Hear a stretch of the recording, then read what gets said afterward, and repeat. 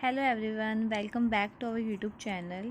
सो guys, आज की video में हम देखने वाले हैं BEd second year language across the curriculum की सेकेंड यूनिट। ठीक है, तो ये जो मेरे पास बुक है, ये बुक है मेरे पास कविता बत्रा, रंजीत सिंह की। ठीक है, लैंग्वेज अक्रॉस द करिकुलम। ये हिंदी मीडियम में है जैसे, वैसे ही इंग्लिश मीडियम में भी अवेलेबल है। अगर आपको इंग्लिश मीडियम में देखनी है तो आप देख सकते हैं। इस बुक के अंदर आपका सारा जो बीएड सेकेंड ईयर का मटेरियल है वो सारा मटेरियल कवर अप होता है। सारी यूनिट्स के हर एक टॉपिक, हर एक यूनिट का इसमें गिवन है। तो इस बुक के अंदर आपको हर एक मटेरियल मिलने वाला है। अगर आपको कहीं से कोई भी मटेरियल नहीं मिलता तो सिर्फ आप एक ये वाली बुक ले लीजिए। इस बुक से आपका हर एक मटेरियल कवर अप हो जाएगा। तो गाइज, आज हम देखेंगे थर्ड यूनिट। सबसे पहले हम easy and the best unit जो है हमारी स्टार्ट करते हैं। हमारे थर्ड यूनिट का जो फर्स्ट टॉपिक है वो क्या है? Functions of language in the classroom and outside the classroom. So इसका पेज नंबर जो है वो है 102। तो हम निकाल लेते हैं अपनी बुक में 102 पेज नंबर। तो ये मैंने निकाल लिया है। जैसा कि इसमें क्या बताना है, पहले हमने बताना है फंक्शंस ऑफ लैंग्वेज। लैंग्वेज क्या होती है? लैंग्वेज होती है भाषा। जो भी हम बोलते हैं या लिख के हम अपने जो विचारों का आदान प्रदान करते हैं, यानी कि हम कम्युनिकेशन करते हैं, कम्युनिकेशन। ठीक है, तो वही क्या होती है? भाषा होती है। कम्युनिकेशन का माध्यम क्या होती है? भाषा होती है। भाषा के माध्यम से ही हम क्या करते हैं? एक दूसरे के साथ अपने विचारों को डिवाइड करते हैं, बांटते हैं। अपने जो थिंकिंग होती है, अपने थॉट्स होते हैं, वो दूसरों को शेयर करते हैं दूसरों के साथ। ठीक है, चाहे हम व्हाट्सएप पे चैटिंग के थ्रू हम शेयर करते हैं। ठीक है, चाहे हम directly face to face interaction कर रहे हैं या किसी को राइट मैसेज भेज रहे हैं, तो डैट इज़ भाषा। ठीक है, भाषा के माध्यम से ही हम ये सभी कार्य को करते हैं। ठीक है, तो हम इसमें स्टार्ट करते हैं। भाषा मनुष्य के जीवन में बहुत महत्वपूर्ण स्थान रखती है। ये तो कॉमन सी बात है। भाषा क्या है? हमारा जो लाइफ स्टाइल है उसके अंदर एक इम्पॉर्टेंट रोल प्ले कर रही है। बिकॉज भाषा के थ्रू ही हम क्या करते हैं? अपनी बात को किसी दूसरे पर्सन के सामने प्रेजेंट करते हैं। ठीक है, समाज में रहते हुए मनुष्य अपने जीवन को सुचारू रूप से, यानी कि सही ढंग से, ठीक है, चलाने के लिए भाषा के विभिन्न रूपों का प्रयोग करते हैं। यानी कि भाषा के अलग अलग रूपों का प्रयोग करते हैं। फॉर एग्जाम्पल, शाब्दिक और अशाब्दिक भाषा के द्वारा, यानी कि इशारों के द्वारा भी हम, आपने देखा होगा क्लास में टीचर होती है, ठीक है, तो वो बच्चों को आंखें दिखा देती है या फिर मतलब कि माउथ के ऊपर फिंगर रखने के लिए इशारा कर देती है। तो डैट मीन्स बच्चे समझ जाते हैं कि हमारी टीचर हमें क्या कहने का प्रयास कर रही है, ठीक है, या क्या कहने की कोशिश कर रही है।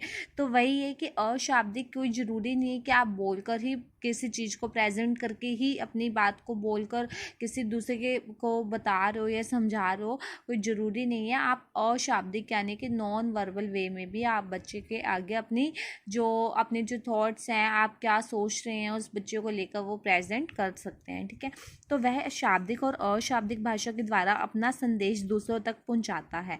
भाषा के द्वारा ही मनुष्य अपने विचारों को दूसरे लोगों तक पहुंचाता है और उनके विचारों को समझता है। ये तो कॉमन सेंस है कि हम भाषा के द्वारा ही अपने जो थॉट्स हैं, जैसे मैं आपको पहले बता चुकी हूँ, हम वो क्या करते हैं? हम दूसरे लोगों तक पहुंचाते हैं। और जो दूसरों की भाषा, दूसरों के जो विचार है, वो भी हम क्या करते हैं? भाषा के द्वारा ही हम दूसरों के विचारों को गेन करते हैं, समझते हैं। ठीक है, एक मधुर भाषा का प्रयोग करके व्यक्ति सबके दिलों में अपनी अमिट छाप छोड़ सकता है। वहीं दूसरी ओर एक कड़वी भाषा का प्रयोग द्वारा वह समाज में तिरस्कृत भी हो सकता है। यानी कि क्या बोला गया है? अगर देखो, हम अच्छी लैंग्वेज में कई बार हम क्या करते हैं, हम क्लास के अंदर हम एज अ स्टूडेंट देखते हैं कि हमें कोई टीचर पढ़ाने आई है। मान लो एक इंग्लिश की मैम है, एक हिंदी की मैम है। इंग्लिश की मैम थोड़ा पोलाइट ढंग से बोल रहे हैं, ठीक है, अच्छे तरीके से बोल रहे हैं, आपके साथ प्यारी प्यारी बातें कर रहे हैं, या मान लो आपको क्या कह रहे हैं, मतलब बीच बीच में कोई एंटरटेनमेंट भी कर रहे हैं। ठीक है, और एक वहीं दूसरे और लेवल में हम देखते हैं कि एक हिंदी के टीचर हैं, वो हमारे साथ क्या है, सिर्फ पढ़ाया और चले गए, और अपना होमवर्क कंप्लीट नहीं है तो वो डांटने लग गए बच्चों को, या जैसे भी है। ठीक है, तो मतलब कि अगर हम अच्छी लैंग्वेज का यूज़ करते हैं, अगर हम अच्छी तरीके से किसी के साथ बात करते हैं, एक तो हम करते हैं गालियाँ दे के बाहर, ठीक है, गुस्से से बात करते हैं, और एक हम बिल्कुल प्यार से बोलते हैं, चाहे हमें गुस्सा सा आ भी रहा है तो हम क्या करते हैं, अंदर ही अंदर पी जाते हैं। तो डैट मीन्स अगर एक आदमी जो है वो अगर अच्छी ढंग से बात करता है तो वो क्या करता है, वो हम दूसरे पर्सन को उसके बारे में अच्छी तारीफ करते हैं। अगर वो मान लो हमारे सामने से टप भी रहा है तो यार वो तो बहुत अच्छा था, वो तो बहुत अच्छी मैडम है, वो तो बहुत अच्छा पढ़ाती है, ठीक है। और यार ये तो बहुत गंदी, ये तो बहुत गलत मैम है, ये तो बहुत गंदी है, ये तो हमें सारा दिन डांटती रहती है, ठीक है। तो वही चीज़ है, मतलब कि हमारे माइंड में क्या हो जाता है, एक इमेज क्रिएट हो जाती है पर्सन के रिगार्डिंग कि ये पर्सन कैसा है। तो यही बोला गया है कि अगर हम अच्छी लैंग्वेज का यूज़ करते हैं, सही भाषा का प्रयोग करते हैं, मीठा बोलते हैं, तो क्या हो जाता है, सभी के दिलों में एक अमिट छाप छोड़ जाता है, ठीक है, वो पर्सन। और वहीं अगर हम दूसरी ओर गंदी लैंग्वेज का यूज़ करते हैं, बहुत रूडली बिहेव करते हैं लोगों के साथ, तो हमारा क्या हो जाता है, इम्प्रेशन जो है वो लोगों के लेवल के, लोगों के सामने हमारा क्या हो जाता है, हमारा लेवल जो है वो डाउन हो जाता है, ठीक है। वहीं पंजाबी में भाषा के बारे में पंजाबी में एक कहावत है, यही जुबान है जो सिर ते ताज पवावे, यही जुबान है जो जुतियाँ पवावे। यानी कि इसमें क्या बोला गया कि यही जुबान है, इसी जुबान से हम सारे मीठे वर्ड, कड़वे वर्ड बोलते हैं। तो उन्होंने बोला है कि यही जुबान है जो सिर पर हमारे ताज भी सजावा देती है, और यही जुबान है जो अगर हम गलत बोलते हैं तो हमें जुतियाँ भी पड़वा सकती है, ठीक है। अर्थात अच्छी भाषा का अच्छी भाषा के प्रयोग से एक व्यक्ति उच्च स्तर तक पहुंच सकता है, तो दूसरी ओर गलत भाषा के प्रयोग से वह उच्च पद से निष्कासित भी हो सकता है। आप देख सकते हो, पॉलिटिक्स के अंदर देख सकते हो, अगर मान लो कोई नेता है या कोई भी है, वो अगर अच्छे ढंग से लोगों के साथ बिहेव करता है, ठीक है, चाहे वो हमारी हेल्प नहीं कर रहा पर वो बोल मीठा रहा है, तो वो क्या है, वो उच्च पद पर पहुंच सकता है, ठीक है। लेकिन अगर वो उच्च पद पर रहकर अगर वो गलत भाषा का प्रयोग करता है, यानी कि हाई लेवल पर रहकर वो अगर गलत भाषा का रूडली लोगों के साथ बिहेव कर रहा है, तो नेक्स्ट टाइम तो वो उस पोजीशन पे रहेगा ही नहीं, ठीक है। तो मतलब कि वो वहाँ से हटा भी दिया जा सकता है। निष्कासित का मतलब क्या होता है, हटा सकते हैं उच्च पद से, ठीक है। हम अपने दैनिक जीवन में भाषा को परिस्थितियों के अनुसार प्रयोग करते हैं, यानी कि भाषा को हम क्या करते हैं, सिचुएशन के अकॉर्डिंग प्रयोग करते हैं, ठीक है। अब इंग्लिश का लैंग्वेज है तो इंग्लिश भाषा बोली जाती है, ठीक है। इंग्लिश का लैंग्वेज नहीं, इंग्लिश का लेक्चर है तो इंग्लिश बोली जाती है, ठीक है। हिंदी का लेक्चर है तो हम हिंदी में ज़्यादा बात करते हैं। दैट मीन्स क्या बोला गया, सिचुएशंस के अकॉर्डिंग हम क्या करते हैं, भाषा का प्रयोग करते हैं। और ये नहीं है कि आपने सिर्फ वर्बली बोलना है, नॉन वर्बली भी हो सकता है ये। अगर मान लो प्रिंसिपल मैम राउंड पे है और वो आपकी क्लास में आ रहे हैं, तो आपके टीचर क्या बोलेंगे, आपको चुप रहने के लिए बोलेंगे, हो सकता है इशारा करके बोले, ठीक है, अशाब्दिक वे में, नॉन वर्बली, ठीक है। तो इसमें क्या है कि भाषा का प्रयोग हम क्या करते हैं, सिचुएशंस के अकॉर्डिंग, यानी कि परिस्थितियों के अकॉर्डिंग हम भाषा का प्रयोग करते हैं। प्राचीन काल में आदि मानव संकेतों के द्वारा आपस में संप्रेषण क्या होता है, कम्युनिकेशन, ठीक है। जो भी हम भाषा का जो माध्यम, कम्युनिकेशन का माध्यम क्या होता है, भाषा होती है, ठीक है। तो ये क्या बोला गया, संकेतों के द्वारा आपस में कम्युनिकेट करते थे। परंतु आधुनिक युग में पहले क्या करते थे, आदि मानव क्या करते थे, संकेतों के द्वारा, ठीक है, यानी कि कोई मतलब चिन्हों के द्वारा, ठीक है, नॉन वर्बली वे में कम्युनिकेट करते थे। परंतु आधुनिक युग में भाषा के लिखित और मौखिक रूप अधिक प्रचलित है, यानी कि लिख के या बोल कर हम अपनी बात को प्रेजेंट करते हैं। भाषा आधुनिक युग में एक ऐसा साधन है जिसके द्वारा मनुष्य अपने मन के भावों को, विचारों को बोल कर, लिख कर, सुनकर, पढ़कर, आदान प्रदान द्वारा प्रकट करता है, यानी कि एक दूसरे के साथ इंटरेक्ट करता है, अपने विचारों को दूसरों तक पहुंचाता है और दूसरे के विचारों को खुद समझता है। और जैसा आपने देखा ही होगा, व्हाट्सएप पे हम लोग चैटिंग करते हैं तो उसमें इतनी सारी इमोजीज होती हैं। मान लो आपको हंसी आ रही है, पर्सन तो नहीं देख रहा, लेकिन आप क्या करते हैं, हंसने वाली इमोजीज भेज देते हैं, ठीक है। तो वो आपको, वो भी क्या होता है, एक तरह का वो क्या होता है, संकेत बोला जाता है। पहले ज़्यादा यूजेस होते थे संकेतों के, बट अब क्या है, अब कम यूजेस होते हैं, बट होते हैं, ऐसा नहीं है कि होते ही नहीं है। ये भी क्या है, कम्युनिकेट का माध्यम ही है, ठीक है, नॉन वर्बली वे में भी भाषा में अक्षर प्रतीकों का कार्य करते हैं।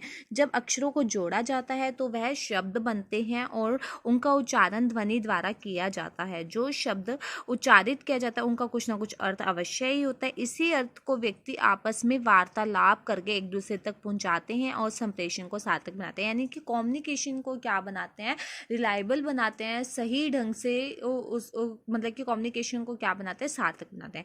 ठीक है, भाषा के द्वारा व्यक्ति अपनी मनोस्थिति को दूसरों के समक्ष प्रकट करता है। यानी कि अपनी मन की क्या स्थिति चल रही है, मनोस्थिति, ठीक है, भाषा के द्वारा व्यक्ति अपने मनों के विचारों को, ठीक है, दूसरों के सामने क्या करता है, प्रकट करता है। नेक्स्ट है फंक्शन ऑफ लैंग्वेज। ये जो मैंने अभी आपको पढ़ाया ये तो मैंने आपको एक तरह से इंट्रोडक्शन ही दिया है अभी कि लैंग्वेज का मीनिंग होता क्या एक्चुअल में, लैंग्वेज क्यों ज़रूरी है। ठीक है, कम्युनिकेशन के लिए तो मतलब बहुत ही ज़्यादा ज़रूरी है और आज के टाइम में लैंग्वेज के थ्रू ही हम इंटरेक्ट करते हैं एक दूसरे के साथ। तो आपको इससे इतना तो पता चलेगा कि लैंग्वेज तो ऑब्वियसली बहुत ज़्यादा इम्पोर्टेंट है। आगे फंक्शंस ऑफ लैंग्वेज, लैंग्वेज के क्या क्या कार्य होते हैं। आज हम फंक्शंस ऑफ लैंग्वेज तक ही पढ़ लेते हैं, ठीक है, वरना हमारी वीडियो जो है वो बहुत ज़्यादा लेंथ हो जाएगी और आप लोग भी थोड़े से बोर हो जाओगे। जैसे अभी मैंने बताया ही है आपको इंग्लिश और हिंदी टीचर का एग्जाम्पल देकर। नेक्स्ट वीडियो के अंदर हम कंटिन्यू करेंगे, बट फिलहाल हम फंक्शंस ऑफ लैंग्वेज देख लेते हैं।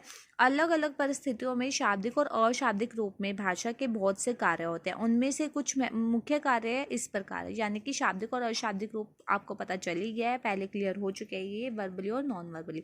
ठीक है, ग्रहणशील कार्य, रिसेप्टिव फंक्शन।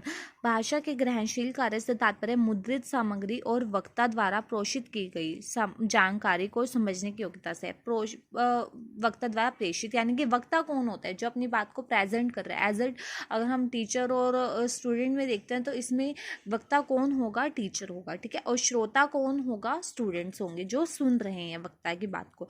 तो ये क्या कह रहे हैं कि वक्ता द्वारा प्रेषित की गई जानकारी को समझने की योग्यता से। यानी कि वक्ता जो है, यानी कि जो टीचर है वो क्या बता रहा है, ठीक है, उसको क्या जानकारी हमें दे रहा है, उसको समझने की एबिलिटी से, योग्यता से। लोगों द्वारा कहे गए शब्दों, वाक्यों और उनमें निहित अर्थ को समझना, जो कुछ पढ़ा गया है उसको जानना भाषा के ग्रहणशील कार्य में सम्मिलित किया जाता है। ग्रहणशील का मतलब क्या होता है कि जो भी हम बात को बता रहे हैं किसी दूसरे पर्सन के आगे, वो क्या कर रहा है, अच्छे तरीके से उस बात को ग्रहण कर रहा है। ठीक है, जिस वे में हम बता रहे हैं उसी वे में वो क्या कर रहा है, ग्रहण कर रहा है। ठीक है, तो आगे के सफलतापूर्वक संप्रेषण के लिए, यानी कि अच्छी कम्युनिकेशन के लिए इस बात का बहुत महत्व है। इस बात को देखो, अगर हम किसी पर्सन को अपनी कोई प्रॉब्लम के बारे में बता रहे हैं, अगर वो सही ढंग से समझेगा हमारी प्रॉब्लम को, तभी वो हमें मतलब कि बता पाएगा ना कि हाँ, अगर आपको इस सिचुएशन के अंदर आपको क्या करना चाहिए। अगर उसने सही ढंग से आपकी बात को समझा ही नहीं है, उसने जाना ही नहीं है कि आपकी एक्चुअल प्रॉब्लम थी क्या, तो वो आपको गाइड भी नहीं कर पाएगा। ठीक है, तो सफलतापूर्वक जो कम्युनिकेशन है वो उसके लिए क्या जरूरी है, ये चीज़ बहुत ज़्यादा जरूरी है कि उसकी जो ग्रहणशील कार्य है, मतलब कि उसको ग्रहण करना, वो किस वे में उस चीज़ को ग्रहण कर रहा है, किस वे में उसको रिसेप्ट कर रहा है। ठीक है, तो ये बहुत ज़्यादा जरूरी है। संप्रेषण तभी सफल माना जाता है जब वक्ता द्वारा कही गई बातों को श्रोता द्वारा उसी अर्थ एवं संदर्भ में ग्रहण किया जाता है। क्योंकि बात कहने और उसके समझने में अंतर आ गया तो संप्रेषण में प्रयोग की गई भाषा प्रभावी नहीं बन पाती। अब देखो, मैं आपको वही बता रही थी ना अभी कि अगर हम जिस वे में अगर मान लो हमने किसी से कोई क्वेश्चन पूछा है या हम किसी प्रॉब्लम में हैं और हम किसी सामने वाले पर्सन से उसका सोल्यूशन मांग रहे हैं, तो अगर वो हमारी बात को अच्छे ढंग से सुनेगा कि हमें एक्चुअल प्रॉब्लम है क्या, तभी वो हमें गाइड कर पाएगा ना। और अगर उन्हें समझ ही नहीं आया कि एक्चुअल प्रॉब्लम थी क्या, तो फिर वो हमें गाइड भी, अगर वो गाइड कर भी देता है तो वो गलत ही गाइड करेगा। ठीक है, तो इसमें क्या है, महत्वपूर्ण चीज़ क्या मान जाते हैं कि जो सामने वाला जो श्रोता होता है वो अच्छे तरीके से उस बात को ग्रहण करे जो वक्ता कहने का प्रयास कर रहा है या कह रहा है। ठीक है, नेक्स्ट क्या है, भाषा के ग्रहणशील कार्य को प्रभावी बनाने के लिए कक्ष में बच्चों को सचेत और जागरूक करना जरूरी है। इस मतलब कि अब जैसे टीचर है, एज ए टीचर क्लासरूम के अंदर क्या कर रहे हैं, वो अपने लेक्चर को प्रेजेंट कर रहे हैं, ठीक है, अपनी टॉपिक को प्रेजेंट कर रहे हैं और बच्चे उस बात को सुन ही नहीं रहे हैं, तो फिर वो तो चीज़ पॉसिबल नहीं रहेगी ना। ऐसे तो एक ही लेक्चर चलता रहेगा अगर बच्चे उसको इंटरेस्ट लेकर नहीं पढ़ेंगे तो। ठीक है, तो भाषा के ग्रहणशील कार्य को प्रभावी बनाने के लिए कक्ष में बच्चों को जागरूक करना बहुत जरूरी है। यानी कि उन्हें मतलब कि जागरूक करना, अवेयर करना बहुत ज़रूरी है, ठीक है। इसके साथ ही कुछ पूर्व भाषाई कौशलों जैसे इशारों, हाव भाव, शारीरिक भाषा और सामाजिक कौशलों को विकसित करना बहुत आवश्यक होता है, ठीक है। अगर बच्चों में भाषा की ग्रहणशीलता में समस्या है तो यह समस्या कई कठिनाइयों की जननी है। अगर भाषा को लेकर बच्चों में भाषा को ग्रहणशील करने में अगर बच्चों को किसी प्रकार की कोई प्रॉब्लम आ रही है, मान लो आप हिंदी पढ़ा रहे हो और कुछ बच्चों उसमें से पंजाबी के हैं, ठीक है, उन्हें हिंदी इतनी अच्छे से समझ नहीं आती, तो उनकी ग्रहणशीलता ऑब्वियसली कम होएगी, ठीक है। या फिर आप मान लो मतलब कि हाँ, आप ये एग्जाम्पल लो कि आप हिंदी पढ़ा रहे हो और उसमें कुछ बच्चे पंजाबी के हैं या पंजाब साइड से आए हैं, तो उनको क्या है हिंदी पढ़ने में उनको थोड़ी दिक्कत आएगी, तो वो उस तरीके से ग्रहण नहीं कर पाएंगे जिस तरीके से आप उस चीज़ को प्रेजेंट कर रहे हैं। तो इसमें क्या होगा, इसमें जो भी आप बताना चाह रहे हो बच्चों के आगे, बच्चों के सामने जो भी आप प्रेजेंट कर रहे हो अपने टॉपिक को, वो उस तरीके से नहीं ले पाएंगे, ठीक है। तो इससे आपका जो लेक्चर है, आपका जो आप जो पढ़ा रहे हो वो आपका क्या है, वेस्ट हो जाएगा, ठीक है। तो पहले आपने ये जानना है, अगर बच्चों में भाषा की ग्रहणशीलता में समस्या है तो समस्या कई कठिनाइयों की जननी है, यानी कि वो बहुत सारी कठिनाइयों को क्या कर देगी, जन्म दे देगी। जैसे भी अपना ध्यान एकाग्र नहीं कर पाएंगे, अगर मान लो उनको हिंदी अच्छे से समझ नहीं आ रही तो वो ध्यान से कंसंट्रेट करके पढ़ेंगे नहीं, ठीक है, समझेंगे नहीं, तथा उनका व्यवहार कक्षा वातावरण के अनुसार नहीं होगा, मतलब कि जैसा एक क्लासरूम के अंदर होना चाहिए उनका बिहेवियर वैसा नहीं रहेगा, बिकॉज उन्हें समझ ही नहीं आ रहा ना आपका टॉपिक कि आप उसको पढ़ा क्या रहे हो, आपकी बात को वो समझ ही नहीं पा रहे, ठीक है। और उनमें तर्क देने तथा अपनी बात को कहने में समस्या हो सकती है। और वो क्या है, अगर मान लो बच्चा तभी आपसे क्वेश्चन पुट करता है जब उसको आपकी चीज़ को, आपका जो लेक्चर प्लान, जो भी आपका लेसन प्लान है वो आपका समझ आ गया।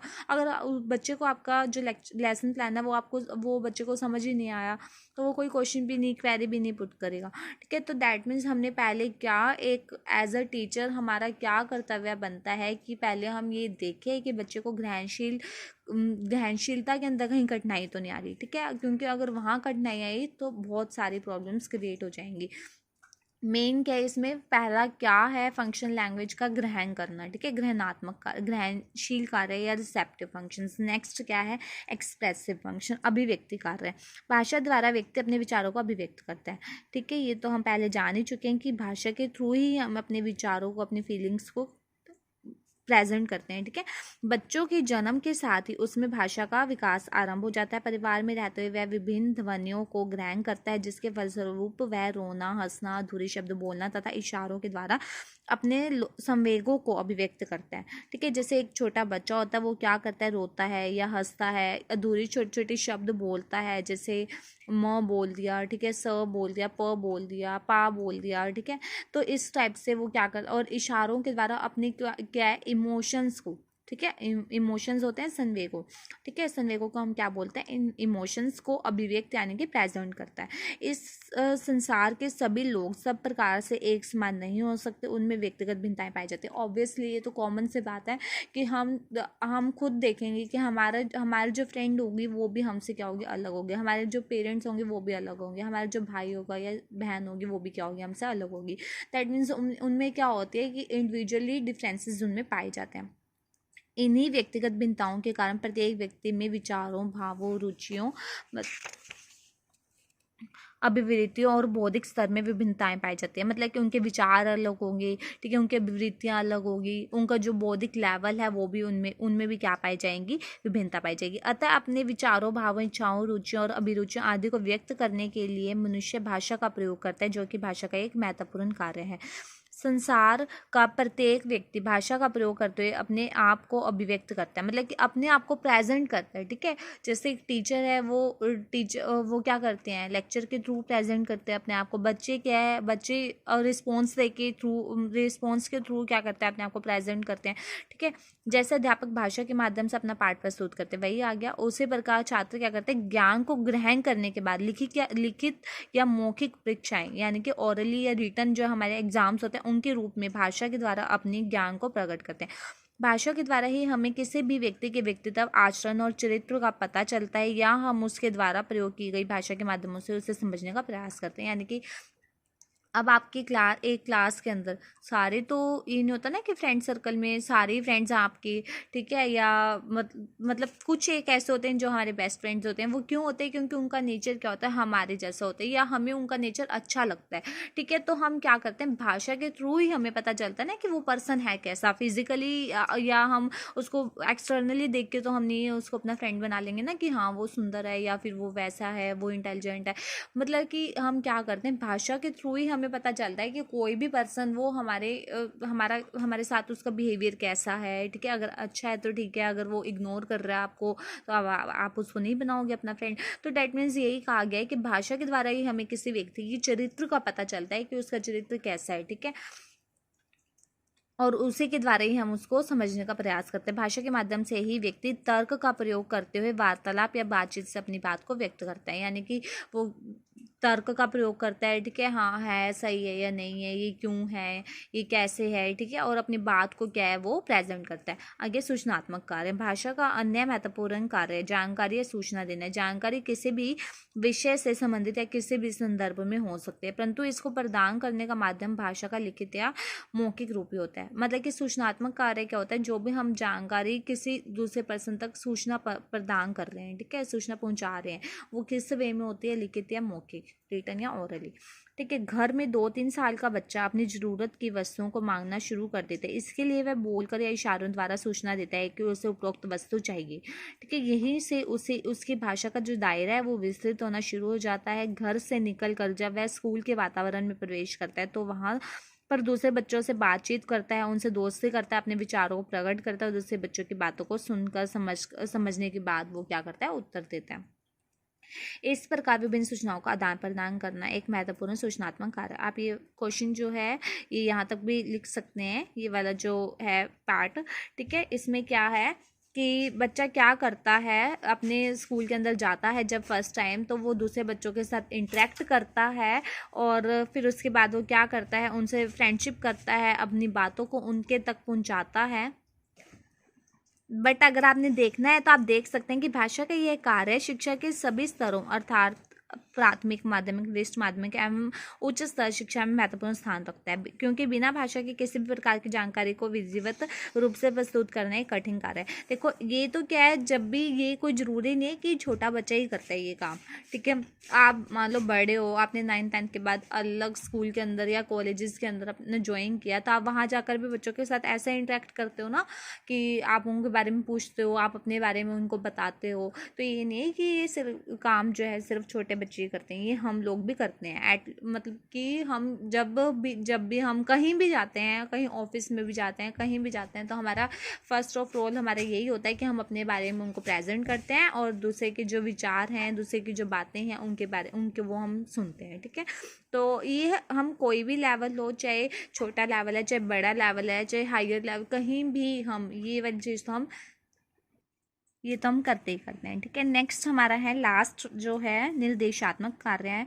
भाषा के अन्य कार्यों की तरह निर्देश देना भी भाषा का एक मुख्य कार्य होता है। अध्यापक शिक्षण अधिगम प्रक्रिया में भाषा के माध्यम से विभिन्न प्रकार के निर्देश देता है। अध्यापक क्या करता है, टीचिंग लर्निंग प्रोसेस के दौरान वो क्या करता है कि भाषा के माध्यम से विभिन्न प्रकार के क्या डायरेक्शंस देता है, निर्देश देता है, ठीक है। भाषा का निर्देशात्मक कार्य लिखित, मौखिक, संकेतात्मक रूप से हो सकता है, जैसे कि वही मैंने आपको बताया था ना कि एक टीचर जो है वह क्लास में बच्चों को चुप होने के लिए कहते हैं तो वो आंखें दिखा के भी कह सकते हैं। तो डैट मीन्स ये क्या होता है, एक निर्देश ही होता है कि चुप हो जाओ, ठीक है। और लिखित वे में भी या मौखिक कोई भी वे में हो सकता है ये, ठीक है, निर्देश देना। उदाहरण के लिए जब छात्र परीक्षा देते हैं तो प्रश्न पत्र पर निर्देश दिए गए होते हैं जिनका अनुसरण करते हुए उन्हें परीक्षा के प्रश्नों का उत्तर देना होता है। जैसे हमारे आपने देखा होगा क्वेश्चन पेपर के अंदर लिखा होता है कि फर्स्ट क्वेश्चन कंपल्सरी है, ठीक है। बीएड के एग्जाम के लिए बता रही हूँ मैं, जैसे फर्स्ट क्वेश्चन कंपल्सरी है, हर एक यूनिट के अंदर से ईच क्वेश्चन आपने करना है अटेंड, ठीक है। तो ये हमारे क्या होते हैं, सारे डायरेक्शंस ही होते हैं। हमें बताया गया होता है कि हमने कौन कौन से यूनिट में से कौन कौन से क्वेश्चन अटेम्प्ट करने हैं, कौन सा कंपल्सरी क्वेश्चन है, ईच क्वेश्चन कितने मार्क्स का है, ठीक है। तो ये हमें बताया गया होता है। किसी सड़क के चौराहे पर बत्तियाँ लगी होती है, इन बत्तियों का रंग भी विभिन्न प्रकार का निर्देश देता है। जैसे लाल रंग होता है वो हमें क्या करता है, रुकने का संदेश देता है। हरा रंग हमें चलने का संदेश देता है। दैट मीन्स ये सारे क्या होते हैं कि क्या होते हैं, डायरेक्शंस होती हैं।